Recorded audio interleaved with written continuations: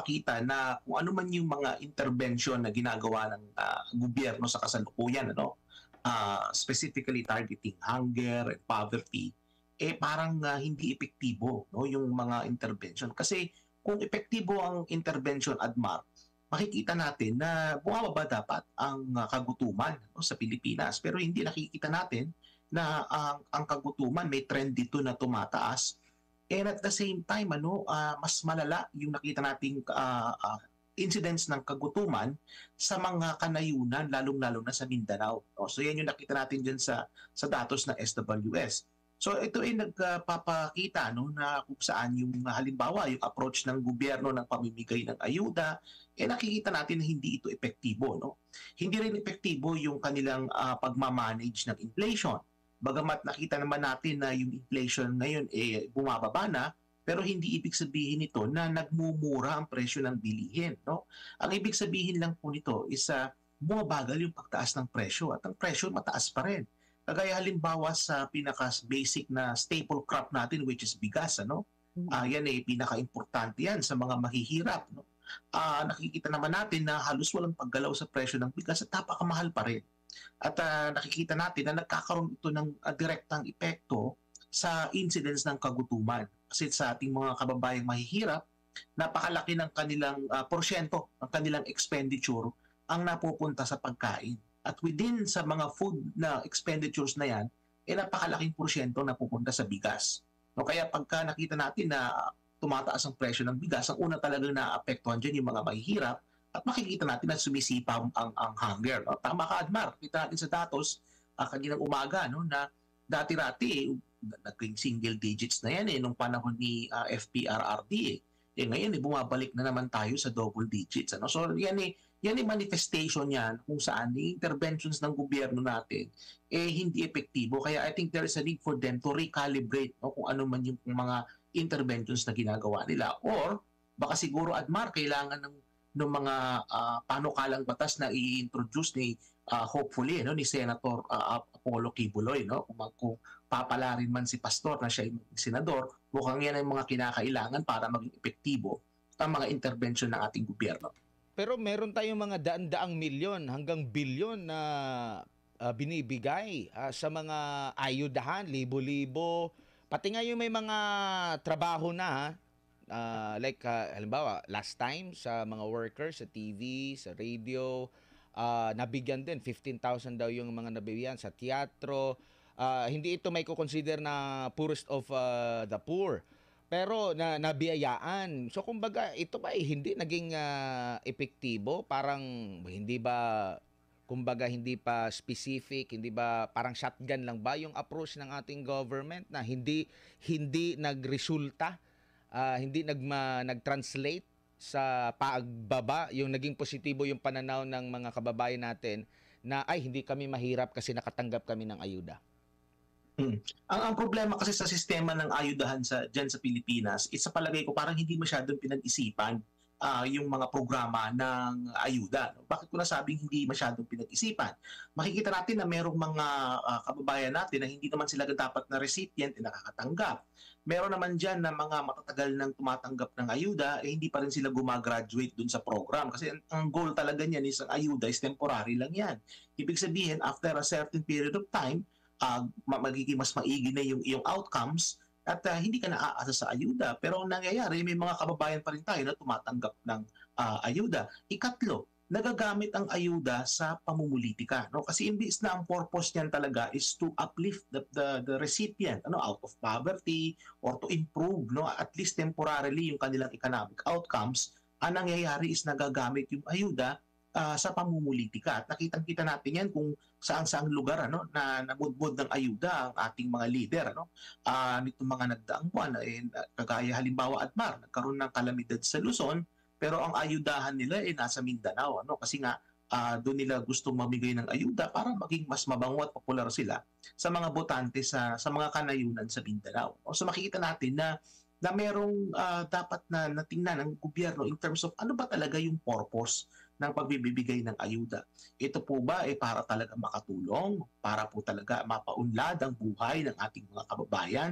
Ang ayuda po ba ay temporary o permanent solution?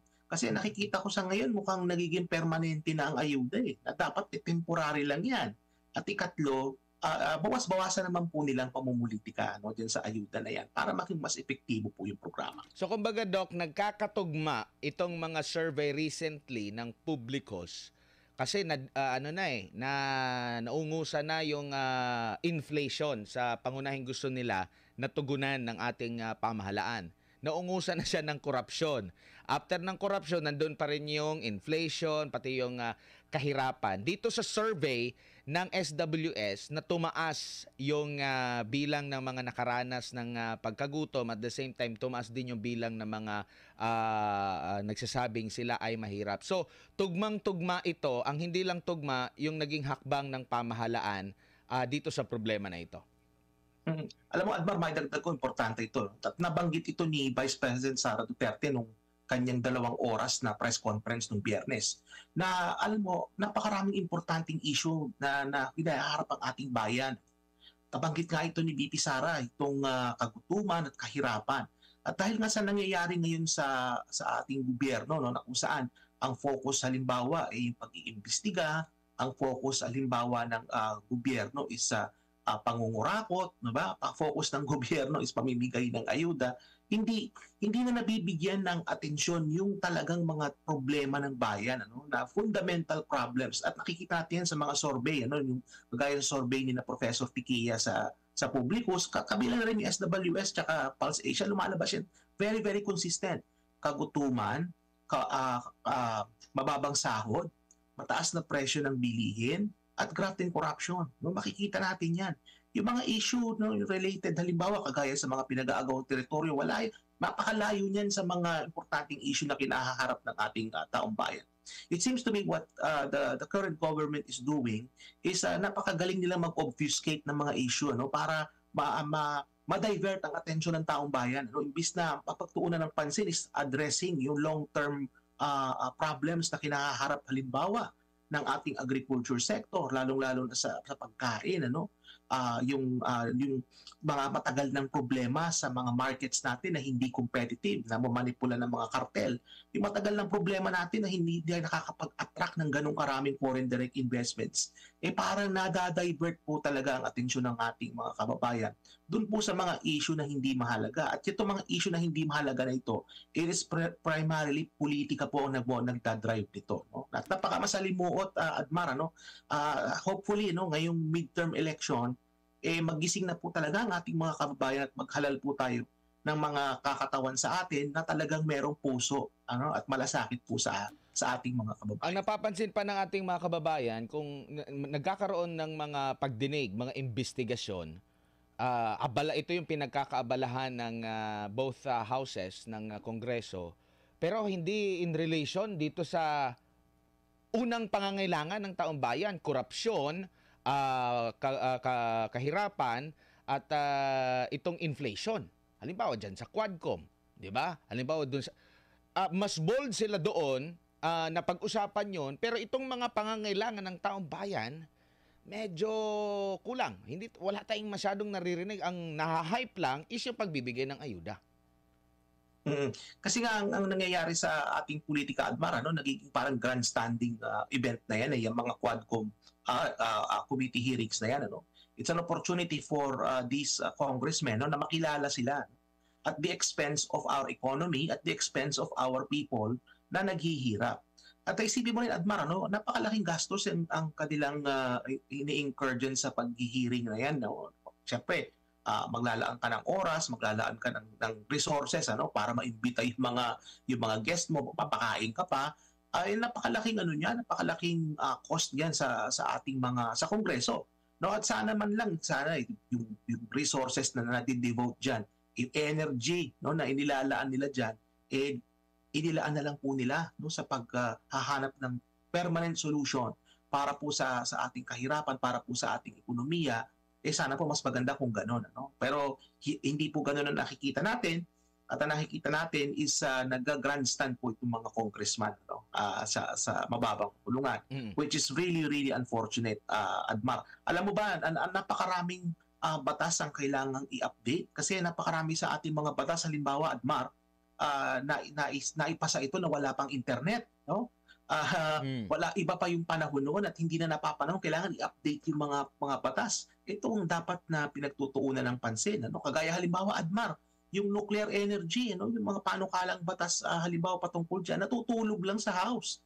Nasana ito, no? Imbis na pagtuunan ng pansin ng ating mga congressman itong mga panukalang batas para maibaba ang presyo ng kuryente, ay hindi po ang kanilang pinagtutuunan ng panahon at pinaglalaga kanila ng pansin ay itong issues sa Quadcom, yung mga EJK, itong mga issues sa mga Pogo, ano, yan ay pinagtutuunan nilang pansin. Alam mo, Admar, nanonood ako minsan ng mga hearing na yan, umaabot ng 12 at 13 oras. No, napakahaba ng hearing na yan. Natulog na ako, nagising na ako, naghihiring pa rin sila. No? Mm. Sipin mo na lang kung yung energy na yan, finocus nila yan sa pag-i-improve ng ating ekonomiya. Di sana medyo maayos-ayos na yung ating sitwasyon sa ngayon. Tsaka marami pa ang makakabenepisyo kung yun ang pag-uusapan. Dito tayo sa solusyon, bago lang si Partner Pilita. Dito sa plano ni Pastor Apollo, napaka-komprehensibo ito at napaka-specific. No? Halimbawa na lang, itong pagtugon sa poverty and inequality. Kasi alam natin, ito'y nananatiling present na problema sa ating bansa ngayon, yung kahirapan at yung access ng taong bayan, no? Maririnig pa natin na merong pondo na inilalaan para sa kalusugan ng taong bayan, ibinabalik, hindi ginagamit, no? Kabilang dito sa nais ng butihing pastor na maamyendahan ay itong pagpapalawak pa doon sa Social Pension for Indigent Senior Citizens Act, no? Na nais niya ang kanyang proposal na lawakan pa at isama yung comprehensive social assistance programs na nagko-cover na sa food security, healthcare at sa housing, no? And maliban diyan ang target pa nito is yung mga low-income families, elderly, single parents, persons with disabilities. Medyo malinaw-linaw ang kanyang target ukol dito na sa tingin ko hindi magiging aksaya or maaksaya yung pondo na intended sa pang-ayuda kung alam mo at kilala mo kung sino talaga ang karapat-dapat na mabigyan ng ganitong tulong. Kasi sila naman talaga yung nakaka-experience, hindi pantay-pantay. Minsan pa nga, sinasabi nila na marami sa social media ngayon, biro mo, may motor, may magarang motor, nakadamit ng yung tupad sa dole. Nakita ko yun sa social media. Parang nangyayari nung panahon ng pandemic, yung binigay na ayuda, di mo na alam kung ano mga binili. Wala ding assessment, wala ding pagmomonitor kung lumago ba ang pamumuhay nito after mabigyan ng AX, after ba ng tupad na monitor ba natin, nagamit ba yung pera nito doon sa kanyang labis na pangangailangan o baka naman pinagsugal, lalo na ngayon accessible yung sugal ngayon o di kaya ibinili ng luho o kung ano-ano pa, Dok. Alam mo, speaking of sugal, Admar, balikan natin mamaya yung issue ng sugal. Kasi meron din ako suggestion kay Pastor dyan tungkol sa mga panukalang batas patungkol sa sugal at kung paano i-address yan. No? Pero punta muna tayo dito sa poverty alleviation. Actually, ang nabanggit ko nga kanina, nung sinimulan itong mga ayuda programs na to, and I'm not referring to 4Ps. I'm actually referring dun sa tupad, dun sa mga AICs na yan. It seems to me parang hindi masyadong pinag-isipan. No? Ang naging objective kasi nito para pakatulong sa ating mga kababayan. Pero ang problema is napupolitika ito. Ang kinakailangan po kasi sa isang intervention program, kagaya halimbawa ng 4Ps, is ma-identify mo kung ano yung outcomes, ano gusto mong mangyari doon sa mga nakatanggap ng ayuda. At syempre, fundamental din dyan is ma-identify mo kung sino-sino yung mga magiging recipients ng ayuda. No? Maganda itong panukala ni Pastor na kung saan targeted yung mga makakatanggap ng ayuda. Halimbawa, nabanggit mo nga, Admar, yung mga single parents. Alam mo sa ngayon, yung mga single parents, walang specific na programa para sa kanila. So maganda na include dito sa panukala ni Pastor. Siyempre yung mga PWD, meron na yan sila. No? At saka sa mga nakakatanda at dun sa mga low-income families in general. No? Pero nakikita natin na maganda itong ideya na ni Pastor na panukalang batas at dahil nga targeted yung approach, ma-identify mo yung outcome kung ano yung gusto mong mangyari after nilang makatanggap ng ayuda at dapat talaga merong mekanismo ito para ma-monitor at na-introduce na ito ni ni pastor sa kanyang panukala, no, na kung saan magkakaroon ng mekanismo para sa accountability, ma-identify nung ahensya ng gobyerno kung saan napunta yung binigay na ayuda at kung na-achieve ba yung outcomes. Kasi doon mo malalaman, Admar, kung epektibo yung intervention eh. So halimbawa, kung ang objective mo is mabawasan yung hunger rate, mamomonitor mo yan dun sa mga nakatanggap ng ayuda kung indeed there was a change, no, dun sa hunger na nararanasan ng mga recipients ng ayuda. Siyempre, kung hindi naman epektibo yun, baka posibleng baka kulang yung ayuda or baka napupunta yung ayuda sa ibang gastusin. So that way, magkakaroon talaga ng mas epektibong intervention para mapabuti naman po yung buhay ng ating mga kababayan na naghihirap. Pati rin itong sa livelihood, kasi ito yung isa rin sa nakikita natin na pangmatagalan ang epekto kaysa sa ayuda. Needed nila ng regular na pinagkakakitaan. At batay dito sa possible na panukala ng butihing pastor, gusto niya na palawakin pa ang mga probisyon sa ilalim ng National Employment Recovery Strategy. Kabilang sa kanyang gustong amyendahan, yung mga probisyon na dapat magkaroon ng job creation sa mga rural areas. Alam natin na napakataas ng poverty incidence, based na rin sa SWS survey. Visayas at Mindanao ang dumoble yung poverty incidence talaga doon.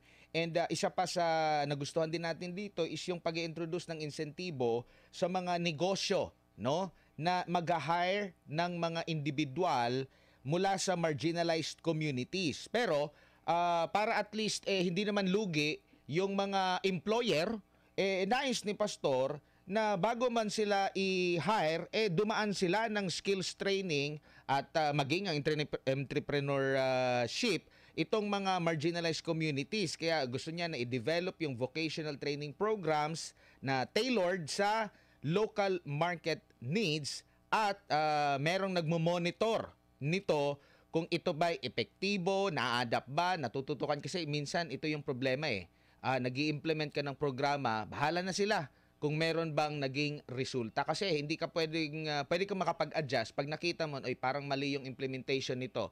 Kung walang monitoring, wala pa ring silbi, Doc. Ano masasabi mo rito? Alam mo, dito ko nakikita, Admar, yung kagalingan ni Pastor Kibulo in terms of sa mga programa. Itong Livelihood and Employment Generation Act, yung proposal na ito, ay makakatulong ito para masolusyonan yung ating problema na too much inter-regional or inter-provincial migration sa ating bansa, na kung saan yung ating mga kababayan na mga nasa kanayunan pumupunta sa mga malalaking syudad para makipagsapalaran. Ang nangyayari kasi usually yung mga kababayan natin na bumibiyahe, yan yung mga nasa mga mahihirap, kasi nga walang oportunidad dun sa kanilang mga lugar, kaya nangyayari is nakikipagsapalaran sila.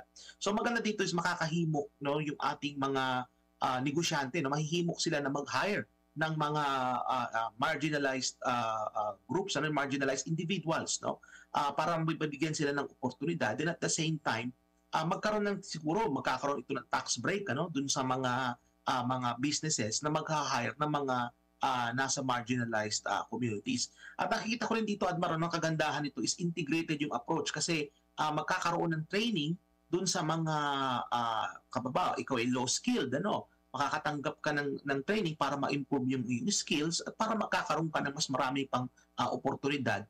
And at the same time,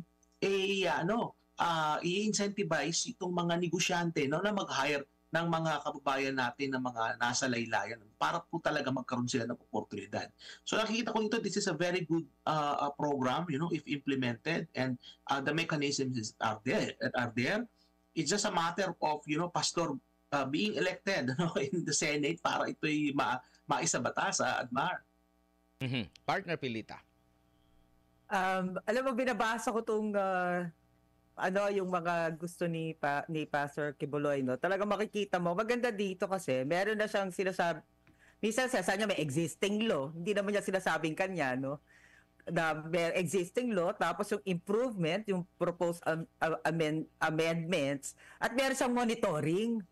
Yan ang wala sa atin, di ba? Monitoring. Yung paano mo monitor? Ayan ang batas. Okay. O, implement nyo na. Pero walang monitoring. kaya tayo nagkakaloko-loko yan, di ba? So, maganda dito, pati yung paano mo monitor ay nandito na. Okay, I'm very interested lang about actually, gusto ko kasi yung mga iba pinag-uusapan na namin dito, yung tungkol sa oil, no? Na talagang sinasabi nga, ang gobyerno kasi walang hawak dyan. Parang nangyayari, discretion ng mga private companies na may-ari. So, kung anong gusto nilang presyo, maniwala ka na lang. Parang ganon. So, at least dito, ang gusto niya mangyari dito ay magkaroon ng yung government na power to negotiate directly to the oil companies. Para malaman natin, hindi ba? At tapos tumutulong ang gobyerno mag-negotiate. So may partisipasyon ang government, no? Ito lang tanong ko sa'yo kasi ito, siyempre economist ka. Yung microfinance support bill. Kasi ang nakalaan doon, yung mga gustong magnegosyong maliliit, ano? Parang ang gagaranti ay ang gobyerno. Parang kasi di ba pag yun nga, nangangarap magnegosyo, wala ka naman pera. So, pag umutang ka sa bangko, sino magkakaranti yan, di ba? So, parang government who will guarantee it. Now, I want to ask, yun ba ay risky sa government kapag ginawa yun? Na, okay, marami tayo, may mga magaganda silang plano sa negosyo. At ang nakasaad doon, no, baka makalimutan ko, may training ng finance, no, how to handle finances, ng business management. Okay, wag nating na basta gusto mong magnegosyo, pak yan na. Meron siyang training. Now, I just want to ask lang, kasi sa dami, sinabi nga 22% nasa poverty, hindi ba? So sa dami niyan, pag ito yung nag-open, mas maraming nasa poverty line dito. So ibig sabihin maraming mag-a-apply. Sa tingin mo ba ay kakayanin ng gobyerno na talagang maging guarantee ng loan ng mga gustong magnegosyante na mga maliliit? Alam mo, Mampilita, no? Meron resources ang ating gobyerno para magarantiyan yan. In fact, yung resources nga nananakaw na lang, di ba? Nadala sa graphing corruption. Parang instead of ayuda, no? Pwede dyan sana. Oo, hindi lang yun. Kung maaalala ninyo, there was this discussion na nagagarantiyahan ng gobyerno yung pagpapatayo ng mga pabahay. Di hamak na mas malaking amount yun, hindi ba? Na kung naalala ninyo yun, yung mga housing na magagarantiyahan. So ito kung akong tatanungin mo bilang isang economist, hindi ganoon ka-risky ang paglilend sa mga MSMEs. Kasi alam naman natin na yung mga MSMEs, yan gusto nilang kumita, gusto nilang maghanap buhay. Kailangan nilang magsimula. No? Ang problema kasi sa atin, hindi ka makapagsimula kasi kailangan mo ng kapital. Kung ikaw pupunta sa bangko, mataas ang interest rate niyan. No? Pero kung pupunta ka sa mga microlenders, hindi naman ganun kalaki yung interest mo at matutulungan ka pa dahil may mga programs. So, halimbawa, meron itong financial literacy program para matulungan ka sa pagmamanage ng iyong finances. Yan definitely makakatulong yan para maibaba yung risk, no, sa pagpapautang. Itong ganitong modelo, Mampilita, no, ito'y ginawa na ito sa Bangladesh. No, yung tinatawag na Grameen Bank, kung maaalala natin sa kasaysayan. Bangladesh ang nagsimula ng ganitong klaseng sistema sa microfinance. Kaya nakita natin na naging successful ito, no, sa mga MSME sa Bangladesh at sa mga ibang bansa pa sa Latin America at mga iba pang bansa sa Africa. Naging successful ito. At nakikita ko dito na hindi malulugi ang gobyerno sa aking pananaw kasi alam naman natin na yung mga MSMEs, they're really eager, no, to start or to expand their business. At lalo na isang ating mga kababayan na gustong umahon sa hirap. No? Marami sa kanila may pangarap sa buhay kaya lang hindi nila masimulan kasi wala silang kapital. Tama. Kaya nakikita ko rito is makapagbigay ito ng napakaraming oportunidad para sa ating mga kababayan para umunlad ng kanilang pamumuhay. At napakagandang programa ito, no, ni Pastor Kibuloy para talagang masolusyonan yung kahirapan sa ating bansa, Mampilita. Mas-segue ko lang pala, no, dun sa nabanggit ko kasi yung sa oil, yung sa pag-negotiate natin. Napakaganda rin ito para makatulong na maibaba ang presyo. No? Kung pwedeng maidagdag ko rin dito sa panukalang batas ni Pastor is na yung pag-maintain ng ating gobyerno ng tinatawag na strategic oil reserves. Kasi sa ngayon, ang ating gobyerno is walang ganyang klaseng formal na batas na nagre-require sa ating gobyerno na mag-maintain ng strategic oil reserves. Bakit importante yan? Kasi nakakatulong na kung merong reserba ang ating gobyerno sa pagsa-stabilize ng presyo, no? So makakatulong po 'yan. At halimbawa, kung ang ating gobyerno ay makikipag-negotiate ng direkta halimbawa sa Saudi Arabia for example, at makakakuha sila ng langis sa mas mababang presyo, pwede nila itong ilagay muna sa isang strategic reserve. At kapag halimbawa nag-cut ng production ng OPEC, no, ibig sabihin tataas ang presyo, tsaka pakakawalan ng gobyerno yung kanilang strategic reserve, no, para ma-stabilize pa rin yung presyo.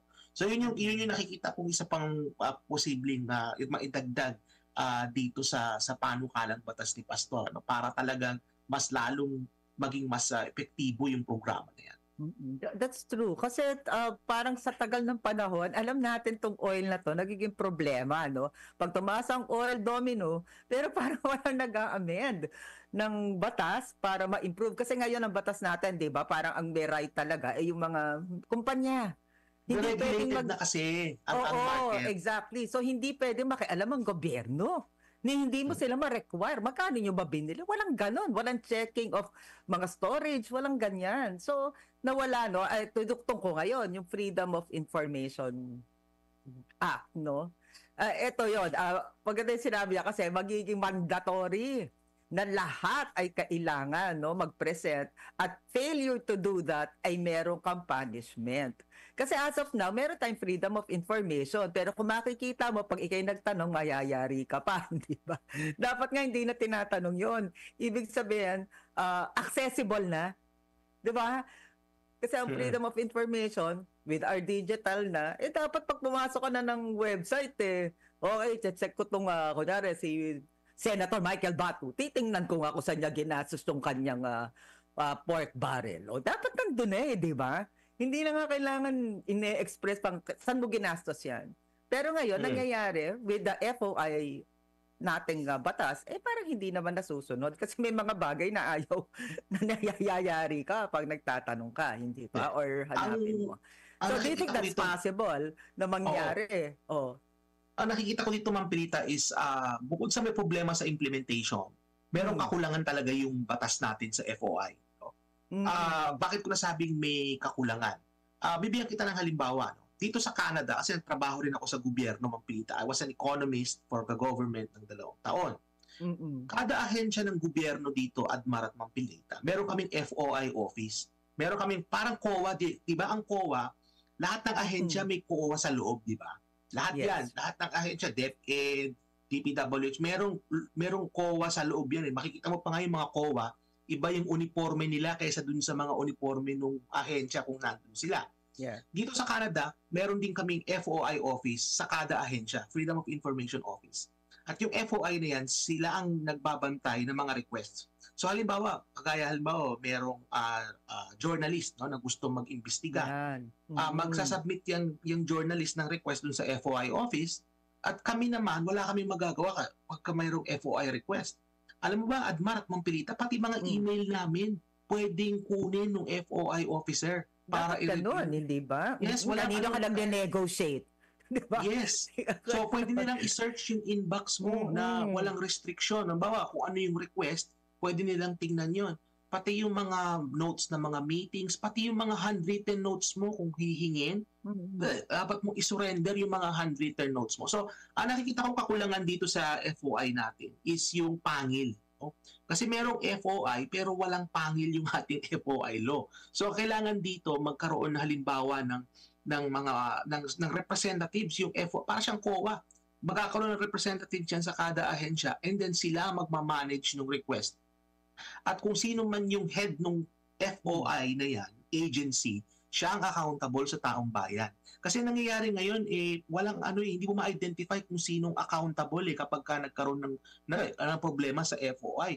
Ang accountable ba dito? Yung agency? Ang accountable ba dito? COA? Kung sino, hindi natin maintindihan kung sino. Actually, yun ang ginagawang clear ni Pastor Kibuloy dun sa kanyang mga panukala na mandated. Tapos may punishment at nakalagay doon talaga yung nag-fail agency at yung tao, no, na tinatanong. Siguro when you talk about tao, yun yung mga merong kanya-kanyang budget, hindi ba? My point here, is, sabi mo nga kanina, it should be nire-request. May FOI, parang baga center or office. Pero, what is the importance sa kailangan pa i-request? Kung pwede naman parang baga, di ba, parang pag nagre-research ka, diretso ka na. Kasi kung lahat nilalagay naman doon, dumiretso ka na. Why needed pa ang request? Kasi pag may request, ibig sabihin, hindi siya naka-open. Oo. Kasi may mga may mga documents mampilitan na merong, halimbawa hindi na siya germane dun sa request, dapat i-redact 'yon. So halimbawa, pag related halimbawa sa national security, may mga na-identify na mga pangalan ng mga asset ng gobyerno, dapat 'yun redacted 'yon kasi mabubulilyaso yung intelligence efforts ng gobyerno. So may mga ganong nuances dapat na maintindihan diyan. So siguro dapat ma-identify, like siguro yung ginagastos na importante sa bayan, yun pwede open. Yung saan mo ginagastos ang pera. Okay, alam mo, pero yung sa national, yung involved ng national security, tama ka doon. Kasi most of the time nagre-research niyan, ito yung mga maaaring mga historian, mga journalist na malalim, yung inaaral nila. O kaya mga academics, mga professor, tsaka mga researchers. Tama. So kami yan kagaya halimbawa sa SALN, Mampilita, alam mo, talagang gustong-gusto ko maghanap ng mga SALN. Ang problema sa mga SALN, kailangan i-request mo pa yan. Yun nga. So siguro magandang idagdag din dito sa panukala ni Pastor, which is also nakakawing ito dun sa RA, ni-research ko to, Admar at saka Mampilita, yung RA 6713, which is yung Code of Conduct and Ethical Standards for Public officials and employees. Kasi nung itong batas na ito, Admar at Mampilita, itong batas na ito, nung naisa batas ito, 1989 pa. Wala pang internet nung time na yon, At yung pamamaraan, paano mo, kasi diyan nagmumula yung SALN yung requirement na kailangan ikaw ay mag-complete ng SALN. Maganda diyan na Admara ma-relay natin ito kay Pastor, na kung saan baka pwedeng i-include yung amendment dito na kung saan dapat isa publiko talaga yung SALN. So for example, kung ikaw ay hindi naman sa lahat ng opisyalis, kasi halimbawa kung ikaw ay principal o kaya ikaw ay isang head teacher, hindi naman kailangan yung SALN mo yung mga binoto. Hindi yung mga appointed, So halimbawa ikaw ay appointed ka undersecretary or assistant secretary pataas, at ikaw ay appointed, dapat yung mga SALN ninyo ay naka-publicly available yan. O kaya halimbawa one click away. One click away dapat. Mga seso, Kung ikaw ay nakarating ka na sa seso, dapat naka-ano ka pa rin, naka-publiko yan. Hindi na kailangan i-request yan, tama ka Mampilita, Yung mga ganyan documents, dapat yan ready for download na yan. Hahanapin mo na lang dun sa website. Kasi sa kagaya ko, alam mo, Mampilita, I'm very interested sa mga research patungkol sa sahod din ng mga elected at mga officials kasi diyan mo makikita kung mayroong talagang hawsyaw na nangyayari, may corruption na nangyayari. Kahit na minsan makita mo na tinatago nila pero makaka-uncover ka pa rin ng patterns diyan . Napakatama. Ang ganda na sinabi mo. Ako bilang isang economist is tinitingnan ko po yan. Dapat malaman natin magkano ba ang sweldo nyo. Actually, alam naman natin yung sahod Mampilita. Pero alam mo, yung sahod nila nasa salary standardization. Ang issue dyan is yung mga assets nila. Diba? Nalabas pero eto kasi in the Philippines, ang mga tao, kapag sinabi mo, congressman yan, senator yan, mayor, mayaman yan. Totoo yan, hindi ba? Yan ang mentality dito. Kaya dapat, siguro yung mga kakaunted, pwede, nire-research natin magkano, pero hindi nakasalpak yung magkano talaga ang sweldo nila. Kasi nangyayari, sa atin, talagang gano'n pag merong posisyon, ang feeling kagad ng mga bakit gano'n? So, ibig sabihin, there's something, right? Na yumayaman pag ikay nandun sa mga posisyon. Yun ang nangyayari. Yung party list. Hindi ba? Hindi ba? Napakaraming gustong mag-party list, pati yung mga hindi karapat-dapat na maging congressman, nagpa-party list na rin sila. So, negosyante ang nasa party list, most of them. Pati yung mga party list pala na yan, may mga kontraktor pala ng gobyerno. Di ba? Pero gusto nila mayaman na sila, Mampilita, gusto pa nila lalong yumaman. Yun yung nakikita natin dyan. So, ang nangyayari is nawawala ng oportunidad sana yung mga makakarapat-dapat na mag-serve sa ating bayan. Kung ang nangyayari kasi, nawawalan ng pagkakataon itong mga taong ito at napapalitan sila ng mga magnanakaw sa gobyerno. Kaya ang nakikita kong solution, isang sa possible solution dito, alam mo tawag namin diyan, Ma'am Pilita, dito sa Canada, is sunshine list. Yung sunshine list na yan ang listahan, no, ng mga opisyal ng gobyerno na kung saan publicly available yung kanilang mga sahod.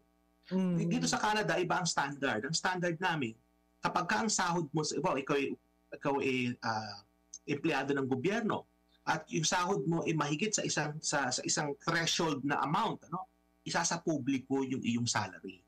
Yan. So, ganun po yan. So, parang ginawa nung, I think, ng ARTA yan nung panahon ni FPRRD. Yung mga ahensya, papumunta ka, LTO, no? Nakalagay doon, magkano lang talaga babayaran mo. As in, naka-display sa isang pader na malaki, malalaman mo na ito lang palang babayad ko sa pag-renew ng lisensya.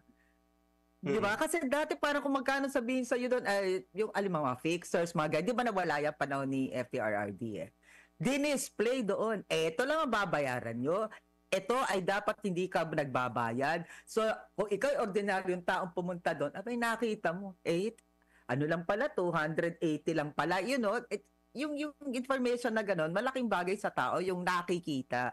And then there's another one. That's why ito yung mga fino-focus ko because one of the problem talaga natin, as you said nga, corruption. Ngayon, pag may mga whistleblower regarding those things, di ba? Abay, delikado ang buhay. Di ba? At pinapalakas ito dito sa makikita natin sa mga gusto na mangyari, no? Ni Pastor Quiboloy. Yung bigyan ng proteksyon ang mga whistleblower. At yung sinasabi niya doon, yung hindi mabalikan. Uso yan di ba? Yung babalikan ka agad-agad. Pag-isip mo sa umaga, yari ka na. Now I want to ask, paano kaya natin magagawa to considering ang babalik dyan ay may power sa isang private citizen na nag-whistleblower? How can we do that? Alam mo, ang Pilita, konektado ito dun sa issue ng confidential funds. No? Kasi isa sa mga pinaglalaanan ng confidential funds ay tinatawag natin mga safe houses. At itong mga safe house na yan, ang mga itinitira dyan, yung mga whistleblower, yung mga testigo, yung mga kailangan magkaroon ng proteksyon. Ang problema sa ating mga batas ngayon is walang formal na, there's no law actually that protects whistleblowers, no? Meron tayong witness protection program, no? Kaya nga doon ka lang sa safe house. Yes, pero wala tayong whistleblower protection. No? Kasi yung witness, posible siya na whistleblower, pwede rin siyang hindi whistleblower di ba? Dalawa yun. Yes, pero ito specific ito sa whistleblower kasi nga merong risk of retaliation. So ang nakikita ko dito is maganda itong programa, no? Para talaga which is directed dun sa mga nag-whistleblow dun o yung mga nagsusumbong, ano, patungkol sa korupsyon. So yan yung nakikita natin. Para it is also a way to encourage or to incentivize na yung ating mga kababayan na magsalita, no, to speak up against corruption. Kasi ang problema sa ngayon, natatakot kasi ang ating mga kababayan. Pag may na-witness silang corruption na nagaganap, meron silang nakitang hindi, sa palagay nila, hindi tama pag nanakaw sa pera ng bayan, natatakot sila kasi baka patayin sila or baka kung anong gawin sa kanilang mga pamilya. Balikan ka agad-agad, ikaw nakakulong. Yes, at saka hindi lang ito, no? Maganda rin sana kung mag-introduce ng penalties dito sa batas na to, na kung saan halimbawa kung napatunayan na halimbawa mayong gumawa ng hindi maganda sa isang whistleblower, ito parang aggravating circumstance ito sa krimen, di ba? Kasi di ba sa krimen may mga aggravating, may justifying, may mitigating circumstance. Kapag ka ikaw halimbawa dinarget mo yung whistleblower, yung penalty mo mas mataas, that would be an aggravating circumstance sa batas yun, no? So maganda magkaroon ng ganyang pangil para matakot na rin itong mga nagnanakaw sa gobyerno na hindi siguro masama yung mga whistleblower. Ang isa dyan kasi sa mga false witnesses is bribery, yung binibigyan ka ng malaking halaga. Ikaw lamang ay mag-testify kahit na hindi totoo, no? Siguro dapat dyan hindi bribery lang ang tawag doon, i-plunder mo agad-agad yung kakasuhan. Kasi Oo, lalo na napakalaki kung ang mali-malitang pera epekto. galing sa ibang bansa, no, Yun, Carmelita? hindi ba? Mali-malitang pera. Yung binibili Di mo ba? tao eh. So, parang pag bribery kasi parang medyo mas maliit yan eh. Balata mo yung plunder na punishment dyan. Na pag ikay nag-alok sa isang tao ng may kapalit, pag ikay nag-testify or nag-whistleblower na mali. Dapat ganun yung kahigpit ang mga batas para matakot kang bumili ng mga tao, hindi ba? Yan yung mga nangyayari sa Tsaka atin partner eh. Pilita and Doc, yung sa ano natin, yung sa ombudsman kasi kabilang dito na dapat yung maging independent yung sa ombudsman natin, no? Dapat merong independent anti-corruption commission. Meron ng ganito dati eh, no? Pero Kay binuwag lang. Greco Bellica. Oo, binuwag Dati. lang. And siguro hindi lang dito pati na rin siguro sa Supreme Court natin kasi di ko lang alam kung ito ba ay naging kaugalian na sa ibang mga bansa na ang pumipili sa kanila mismo rin yung taga-gobyerno kaya hindi mo maiiwasan na possible meron talagang interest din. Halimbawa, ang pipili sa ombudsman, presidente, Beholden. ang pipili sa mga associate justice, mga presidente. Paano tayo magkakaroon talaga do? Sinasabi nila merong separation of powers lalo na sa Korte Suprema, sa legislative, sa judiciary. Pero hindi mo maisasantabi yung possibility dahil ang nag-appoint niyan taong gobyerno rin. So kumbaga paano siya magiging independent talaga na nandun yung kampante halimbawa dito sa ombudsman, no? Paano magkakaroon ng independence talaga na talagang kung ano yung trabaho niya, yun talaga yung kanyang pagtutuunan ng pansin. Kasi ang naririnig natin, sinasabi nila, pinaparking, if the price is right, ipaparking lang yan, hindi na-resolve yung kaso, pero ipaparking lang. O magkano bang parking fee? Marami tayong naririnig niyan na mga issue na ganyan na, Doc. Sa kaso naman sa judiciary, Almar, maganda na bring up mo yan, no? Kasi meron tayong tinatawag na checks and balances, no? Nabanggit mo in passing yan kanina, no? Na kung saan halimbawa kapag hindi ka masaya sa mga justices, pwede naman silang i-impeach, di ba? Merong ganong option yan. Doon naman sa pamimili ng mga posibleng halimbawa associate justice ng Supreme Court, meron naman tayong tinatawag na JBC or yung Judicial and Bar Council, no? Na kung saan magre-rekomenda sila ng mga pangalan and ang pipiliin ng pangulo mamimili yung pangulo dun sa mga irekomenda sa kanya, no? Ang issue diyan is halimbawa kung merong mga nominado na nakalusot sa JBC, no? Yun yung nakikita kong problema kasi kung halimbawa yung pangulo limited siya dun sa kung ano yung pinresent sa kanya mga pangalan, kung dun palang nasala na, magiging maayos tayo. O, ganun yung nakikita kong sitwasyon. No? So, sa kaso halimbawa nung kagaya ni dating Justice Lourdes Sereno, for example, na later on nako-waranto siya, di ba? Yan kasaysayan na yan. If you can just imagine a parallel universe na kung saan na nasala ng epektibo na hindi nakasama si Justice Sereno dun sa mga pinal na listahan na posible na ma-appoint as Supreme Court Justice. So may ganun. Halimbawa kung ganun yung senaryo, no? So ibig sabihin nito is kailangan kumbaga magkaroon din ng panukalang batas in terms of ano yung accountability halimbawa ng mga miyembro ng Judicial and Bar Council. Kasi sila mismo yung nagre-rekomenda ng mga pangalan. Ang gagawin lang naman ng Pangulo doon, mamimili lang siya kung sino yung ipipresenta sa kanya. Pero I think what needs to happen here is yung magkaroon tayo ng panukalang batas, no, which is related sa judiciary, no? Sa pagkakaroon ng accountability doon sa mga members, no, ng Judicial and Bar Council. Kasi kung meron mang corruption na nagaganap diyan, kung meron man, nagsisimula yan diyan doon sa mismong unang sala pa lang nandun na may nangyayaring corruption na doon. So kailangan ma-identify ng maayos yan kung anong klaseng intervention ang pwedeng gawin para ma-minimize po yung corruption diyan sa judiciary. Kasi may corruption din talagang nagaganap diyan. Meron ding sinasabi dito sa panukala ni Pastor doon sa magkaroon tayo ng Truth Commission Act or Anti-Corruption Commission Act is yung mga naa-appoint dapat based on meritocracy, hindi yung political affiliation, hindi yung kabarilan, kafrat, Minsan ganyan 'di ba yung mga naririnig natin. Kumbaga, ito yung mga nagsumikap talaga, naging magaling sa kanilang propesyon, rose from the rank talaga siya. Yun yung mabibigyan ng oportunidad. Hindi lang yung ay ito ano ito, mga kabrad ko, kasis ko, kabarilan, kung ano man, Doc. O kasi diyan na papasok Admar yung qualifications ng mga appointed officials. Kasi ang nangyayari sa atin ngayon, ang tinatawag natin diyan Ma'am Pilita at Admar is patronage politics. No? So halimbawa, kung ikaw yun nakatulong ka sa kampanya o kaya ikaw ay isang matarik na kaibigan kasi nga ikaw ay patronage nga, di ba? So ikaw ang ma-appoint dun sa mga pwesto na yan. So nababaliwala na yung meritocracy. No? Kasi may tinatawag din tayong konsepto ng meritocracy. So ibig sabihin ng meritocracy, kumbaga yung karapat-dapat na tao, yun ang dapat na ma-appoint dun sa position na yan. Ano? So ang nakikita ko dito is dapat ang ginagawa din ng executive department dyan is to magkaroon ng panukalang batas na kung paano properly masasala yung mga ina-appoint. Kasi hindi, alam mo Admar at Mapilita, hindi naman lahat ng ina-appoint dumadaan sa COA. Kung hindi ako nagkakamali, sa Commission on Appointments, ang halimbawa sa kaso ng appointed officials, rank of secretary, rank of secretary, ano yan?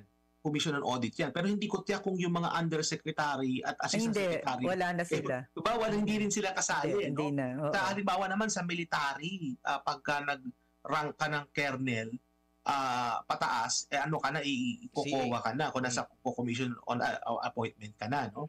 So, ibig sabihin, dapat magkakaroon tayo ng mekanismo rin para dun sa mga hindi subject sa commission on appointments. Paano sila masasala? Sa ngayon kasi wala. Ang nangyayari ngayon is nakadepende kung anong kapresyo nung nag-appoint. No? So, dapat magkaroon ng pamamaraan, magkakaroon halimbawa ng, kumbaga, paraan para makita rin ng taong bayan kung sino-sino yung kino-consider dun sa mga posisyon na yan.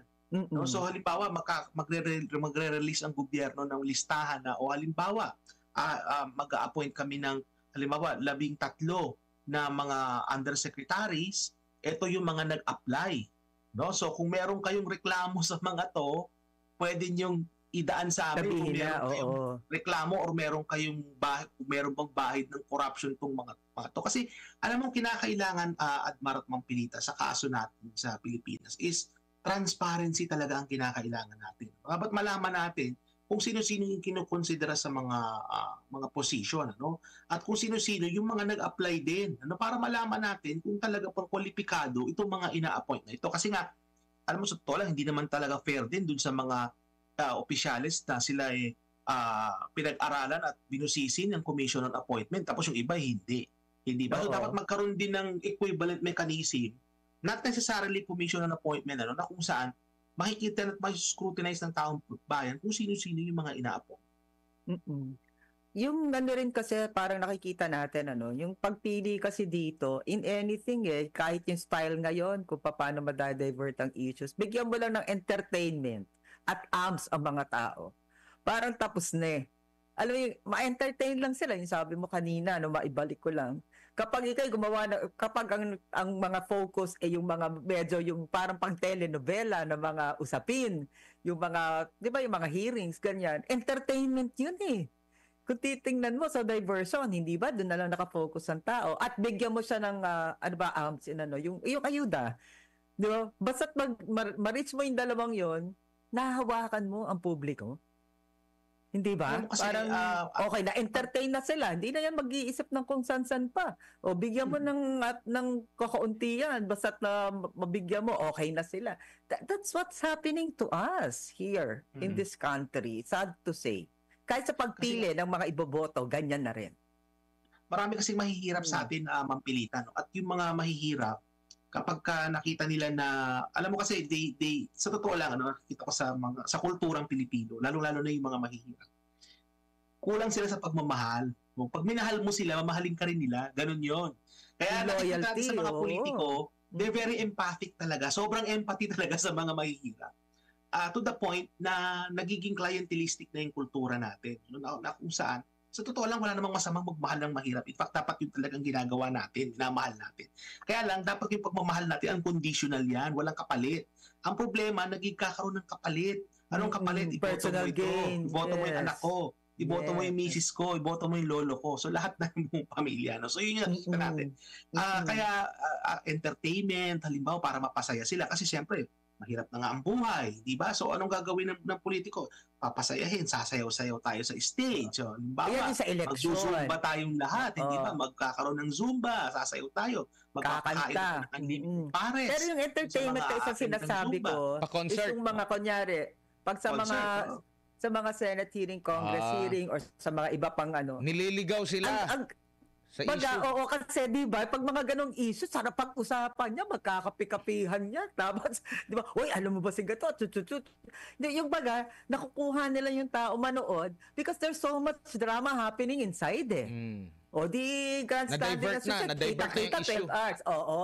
So Alam yun mo yung ba? nangyayari. Ayaw nila ng mga pag-uusapan doon ay malaliman tungkol sa oil, tungkol sa ganito.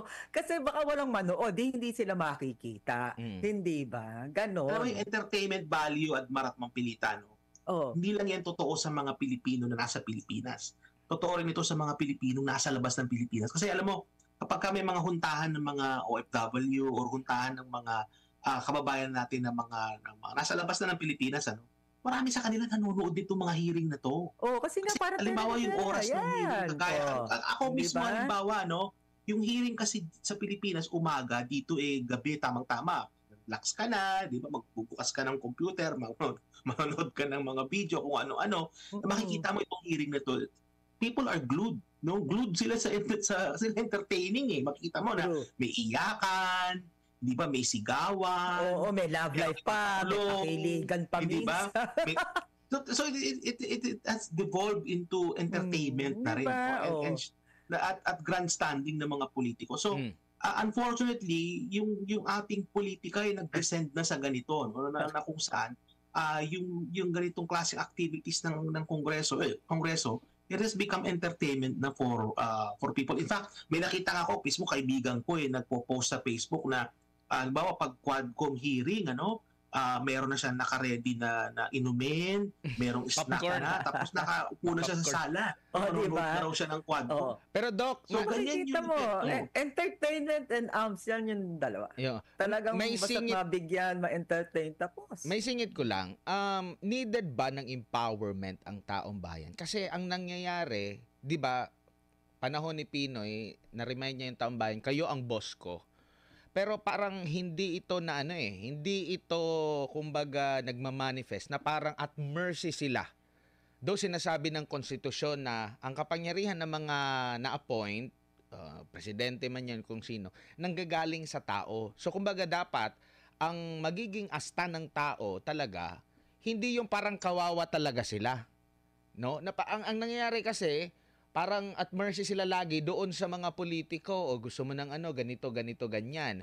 Kaya nawawalan sila ng parang hindi nila alam kung ano yung kanilang role, kaya ang sa kanila na lang, asa sa gobyerno, madali silang maloko sa gobyerno, pero yung talagang super kapangyarihan nila, hindi ba nila naiintindihan? Ito ba yung napapansin mo? Mm. Kasi nakikita ko dito, Admara, yung ating mismong saligang batas, may marami talaga siyang kakulangan at marami rin siyang limitasyon. No? Na kung saan malamang yung framers ng mga panahon na yan, no, noong 1986, hindi lang na-foresee na magkakaroon ng mga pagbabago. No? Kasi noong mga panahon na yan, katatapos pala ng diktadorya, tapos parang minadali nila yung paggagawa ng saligang batas na yan. Kaya definitely nagkaroon ng maraming mga kakulangan. Alimbawa na lang yung sa kaso ng party list, Admar, palagay ko bagamat maganda ang intensyon ng mga framers, hindi naging maganda yung implementasyon ng party list. So yan yung nakikita natin. So balik tayo doon sa empowerment. Bagamat sinasabi ng Constitution that the power emanates from the people, diba? Yung sovereignty emanates from the people and all government authority emanates from them. Parang ganun yung sinasabi ng Constitution. Ang nakikita ko dito is hindi ito nasusunod. Kasi nga, ang nangyayari is ang talagang nasusunod dito, yung mga politiko, yung mga ine-elect na leaders. So ang kailangan palakasin dito, Admar, sa ating saligang batas is yung accountability ng mga inihalal natin ng mga opisyalis. No? Yung accountability. Kasi yun ang kinakailangan. No? At the end of the day, Admar, yan na naman ako at the end of the day, ang ating mga ini-elect na mga opisyalis ay accountable sila sa taong bayan. At yun ang kailangan na mapalakas, no? Kung magkakaroon man ng pagbabago sa ating saligang batas o kung magkakaroon man tayo ng pagbabago ng sistema ng pamamahala, yung accountability ang kinakailangang ma-address dyan. Ano? So halimbawa, Admar, titingnan mo na lang, ano? Nakikita ko ito sa screen natin, yung ating mga kagalang-galang ng mga congressman. Ano? Nitong mga nagdaang buwan, may mga nakita ko sa social media na marami sa kanila nagsusuot ng mga mamahaling alahas, no, ng mga mamahaling relo, no, mga mamahaling mga damit, ano, may mga sasakyan pa na mamahalin. Talagang pinapakita nila sa social media, no, mga hindi nahihiya itong mga to, Admar, ano. And alam naman natin na sinasabi mismo sa batas, Admar, na dapat our public officials should lead modest lives. Hindi ba? Kumbaga dapat kumbaga payak na pamumuhay kasi mga mga servants ito ng taong bayan. Nakikita natin na hindi ganun yung nangyayari kasi nga walang accountability. Kung meron mga accountability sa saligang batas, ito ay sa papel po lamang at hindi talaga nai-implement. Kaya ang kinakailangan dito talaga is palakasin yung ating mga institusyon para ma-ensure na magkaroon ng accountability para halimbawa, no, kung may magsusumbong, kung may mga tayong taong bayan na kababayan na susumbong, magkakaroon talaga ng aksyon, no, patungkol sa korupsyon. Kasi yun po talaga ang kinakailangan dyan, Admar, para ma-empower ang ating mga kababayan. Mm-hmm. Alam mo kasi, Ma'am Pilita, naniniwala ako na naiintindihan ni Pastor Kibuloy kung ano talaga ang trabaho ng isang senador. Kasi ang trabaho ng isang senador ay hindi lang naman gumawa ng batas. Ang trabaho din ng isang senador is yung tinatawag nating oversight. No, yun yung sinasabi natin na pagbabantay, no, kung talaga bang nai-implement yung mga nais sa batas, no. So yun yung nakikita ko isang ring mahalagang papel ng isang mambabatas, particular ng isang senador. At naniniwala ako that Pastor Apollo Kibuloy understands this, no. Nakikita natin doon sa kanyang mga panukalang batas, tama ka Pilita, no, marami doon is kumbaga these are issues kasi that are recurring sa ating lipunan, no, na kumbaga, pero ang nakikita ko dito is yung pamamaraan ni Pastor Kibuloy in terms of addressing the issues, yung granularity at yung pagsasuggest ng mga mekanismo, yung specificity na sinasabi natin, no? Kumbaga Pastor was very specific in terms of pinpointing yung mga talagang dapat na i-address na issue, ano. So nakikita ko dito is sayang talaga, no, kung ang mga ihahalal natin ay yung mga traditional politicians, no, na nababayaran, yung mga traditional politicians na kaya lang naman sila nandyan para protektahan yung negosyo ng kanilang mga pamilya, yung mga traditional politicians na nandyan lang para magpayaman, no. At sana naman magising na ang ating mga kababayan at maihalal nila yung mga karapat-dapat. At tandaan din natin sa kaso ni Pastor Apollo Kibuloy, nakikita natin na meron na siyang proven track record of getting things done. O kung ano yung nagawa niya halimbawa sa Kingdom, sa KOJC, makikita natin na ganito yung magiging modelo, no, nung pamamahala at modelo ng kung ano yung gusto niyang mangyari sa bansang Pilipinas, kung ano yung naging outcome, very successful outcome ng Kingdom, kita naman natin yung loob nung compound ng KOJC, kung ano yung nakikita nating outcomes ng kanilang mga members all over the world. Ayan ay nakikita ko na yan ang magiging parang padron, mamarapatin yung term na yan, padron, na gagamitin ni Pastor Apollo Kibuloy para maisaayos ang problema ng ating bansang Pilipinas. Mm-hmm. And siguro sa mga susunod pa natin na talakayan, Doc, no, yung naudlot natin patungkol dun sa sugal, kasi alam natin marami yung mga involved din ito. Siguro baka pwede 1 minute lang yung sugal, although maganda i-discuss natin, pero ito ang preview niyan. Kasi ang sugal, maraming nakokolekt ang pera ang ating gobyerno. Pero ang problema, is sana pupunta yung kinokolekt ang pera sa sugal. Ang aking suggestion dyan is dapat maibalik ito dun sa mga nalulung sa sugal. So halimbawa, dapat magkaroon ng programa for psychological therapy. Dapat magkaroon ng programa in terms of yung mga pwede mong tawagan na gambling helpline. So halimbawa, kung ikaw ilulong na sa sugal at gusto mo na mag-quit, gusto mo may makausap, meron kang pwedeng tawagang numero at meron mga tutulong sa iyo sa kabilang linya. At meron din dapat programa para sa financial literacy, no, dun sa mga nalulung sa sugal, lalo na yung mga mahihirap, no. Kasi nakikita ko ngayon ang nangyayari, yung mga proceeds ng sugal, no, yung revenues ng PAGCOR for example, na nakukuha sa sugal, napupunta ito halimbawa sa mga sports program, sa mga barangay, napupunta ito sa mga youth, no, sa mga youth programs. Pero ang dapat talaga ditong i-address is yung mga nalululong sa sugal, no? Kasi dumarami na yan sila, Admar, sa totoo lang, yung mga kababayan natin na talagang nagiging addicted to gambling. At lalong-lalo na ngayon, gambling is very accessible, no? Sa mga cellphones, pwede ka nang mag-gamble. So kailangan sa palagay ko, sa palagay ko rin na Pastor Apollo Quiboloy kasi is also for morality. Yan nakikita ko sa isa sa mga advokasya ni Pastor talaga is morality. No? Ang nakikita ko dito is yung responsible na paggamit ng pondo ng taong bayan para maibalik dun sa mga nalulung sa sugal. No? Yung maayos yung kanilang buhay para hindi na sila malulung sa sugal. Yun yung nakikita ko. So maganda